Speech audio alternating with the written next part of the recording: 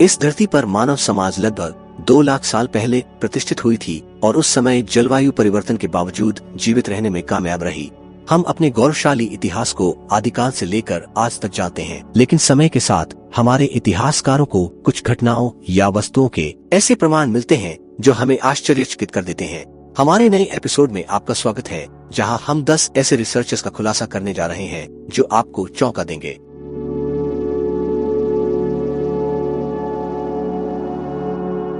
उन्नीस सौ 87 में स्पेन के अटापुरका पहाड़ों में रिसर्चर्स ने एक गुफा की खोज की जिसमें कम से कम 28 लोगों के कंकाल के अवशेष थे।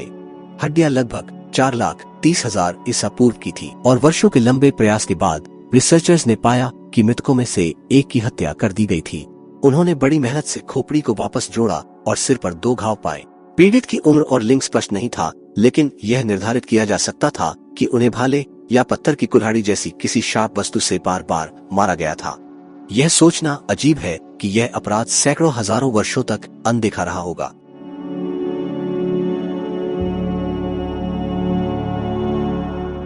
2018 में उत्तरी इटली में पुरातत्वविदों ने 6वीं और 8वीं शताब्दी ईस्वी के बीच के एक सामूहिक दफन स्थल पर कुछ दिलचस्प अवशेषों की खोज की। मृतकों में से एक अधेड़ उम्र का व्यक्ति था जिसका हाथ कोहनी के नीचे से काट दिया गया था और उसकी जगह चाकू लगा दिया गया था। आगे की जांच करने पर शोधकर्ताओं को सबूत मिला कि उसने उस हथियार को कृत्रिम अंग के रूप में पहना था। उसके दांतों पर अत्यधिक घिसाव के निशान और उसके कंधे में एक असामान्य हड्डी की चोट से पता चलता है कि उसने चाकू को पट्टियों से पकड़ रखा था, जिससे वह अक्सर अपने मुंह से कसता था। उन्हें नुकीले कृत्रिम अंग के पास एक बकल और कुछ विघटित सामग्री भी मिली, जिसे चमड़ा माना जा रहा है।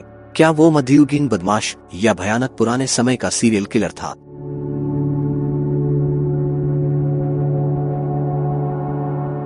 कुछ बातें अक्सर डरावनी होती है। 2001 में स्कॉटलैंड में कांस्य युग की एक बस्ती में खुदाई के दौरान 2 कंकाल मिले जो एक पुरुष और एक महिला के थे। कंकाल लगभग 3000 वर्ष पुराने थे और उन्हें जानबूझकर ममीकृत किया गया था। इस मामले में अपघटन को धीमा करने के लिए पीट बॉक्स में संरक्षित किया गया था। हालांकि करीब से निरीक्षण करने पर रिसर्चर्स को कुछ ऐसी बातें पता चली जो वास्तव में खौफनाक था।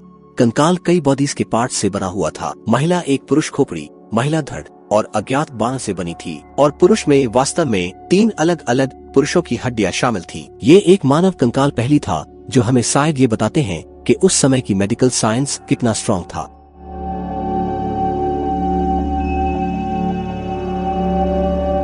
सोलहवीं शताब्दी में स्कॉटलैंड के जादू टोना कानूनों की शुरुआत के कारण राष्ट्रव्यापी सनसनीखेज परीक्षणों की एक श्रृंखला शुरू हुई जिसे ग्रेट स्कॉटिश विच हंट के नाम से जाना जाता है।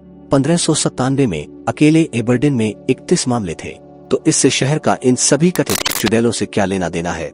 यदि आपने अनुमान लगाया है कि उन्हें एक ऐसी जगह पर बंद कर दें जहां वो बंदी रहे, तो आप सही है।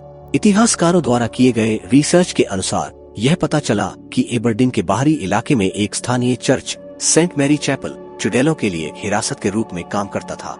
इमारत की दीवार में अभी भी 2 इंच की लोहे की अंगूठी लगी हुई है, जिसका उपयोग अभियुक्तों को जंजीरों में बांधने में किया गया था।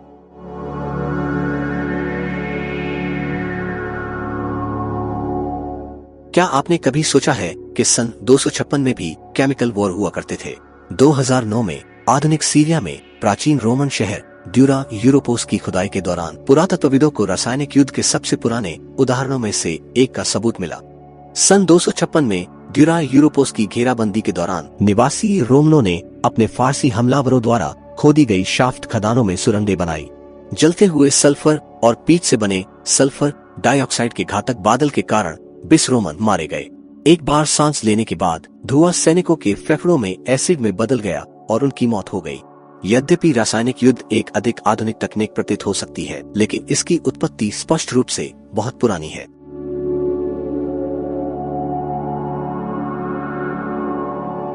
1845 में 2 जहाज HMS एरेबस और HMS terror sir John Franklin के नेतृत्व में एक अभियान पर इंग्लैंड से रवाना हुए।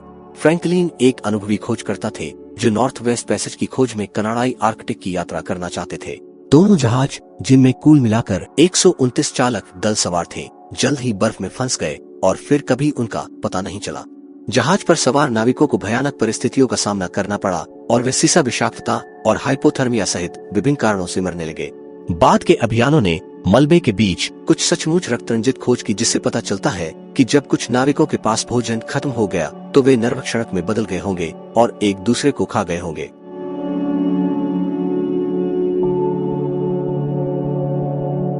पोलैंड के द्रोस्को में 17वीं सदी के एक कब्रिस्तान की खुदाई करने पर शोधकर्ताओं को कुछ अजीब कब्रें मिली। कुछ मृतकों को उनकी गर्दन पर भारी पत्थर या दरांती रखकर दफनाया गया था। ऐसा सोचा गया कि ये उपाय किसी भी मरणोपरांत उत्पात को रोकने के लिए थे। पारंपरिक स्लाव संस्कृतियां अपने मृतकों का दाह संस्कार करने के लिए जानी जाती थी, क्योंकि उनका मानना था कि केवल इसी प्रक्रिया से उनकी आत्माएं मुक्त होंगी। लेकिन 7वीं और 9वीं शताब्दी के बीच मिशनरियों द्वारा उन्हें ईसाई धर्म में परिवर्तित करने के बाद ही उन्होंने मृतकों को दफनाना शुरू कर दिया। ऐसा प्रतीत होता है कि इस नई प्रथा ने कुछ भय पैदा कर दिए हैं, जिससे मृतकों को पिशाच के रूप में उभरने से रोकने के उनके प्रयास को बढ़ावा मिला है।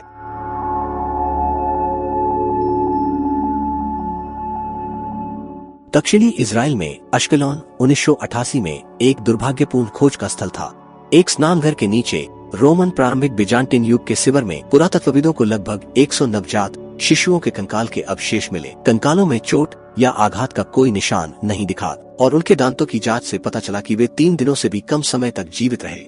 शुरुआत में यह माना गया था कि फेंके गए शिशु मादा होंगे, जो उस समय की दुखद व्यापक प्रथाओं के अनुरूप था। हालांकि रिसर्चर्स ने बाद में निर्धारित किया कि सीवर में पाए गए अवशेष दोनों ही लिंगों के थे।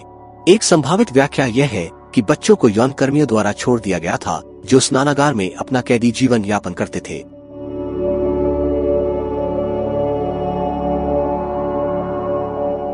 शिमाओ चीन की महान दीवार के साथ एक स्थल एक बड़ी किलेबंद कांस्य युग की बस्ती है, जो सीढ़ीदार पिरामिड से ढकी हुई है। पिरामिड के नीचे पुरातत्वविदों को कम से कम 6 गड्ढे मिले, जो असंख्य मानव खोपड़ियों से भरे हुए थे। ये खोपड़ियां 80 युवा लड़कियों की थी और व्यापक रूप से माना जाता है कि ये मानव बलि का परिणाम थी। पता चला कि प्राचीन चीन में कई कारणों से बलि देना एक आम बात थी। कुछ मामलों में उन्हें हेबो नदी के देवता को प्रसाद के रूप में चढ़ाया जाता था। दूसरों में उन्हें अंतिम संस्कार के रूप में किया जाता था, जिसमें दासों को उनके मालिकों के साथ दफनाया जाता था या रखेलों को उनके स्वामी के साथ दफनाया जाता था। हालांकि यह अभी भी स्पष्ट नहीं है कि आखिर इन 80 लड़कियों की बलि क्यों दी गई।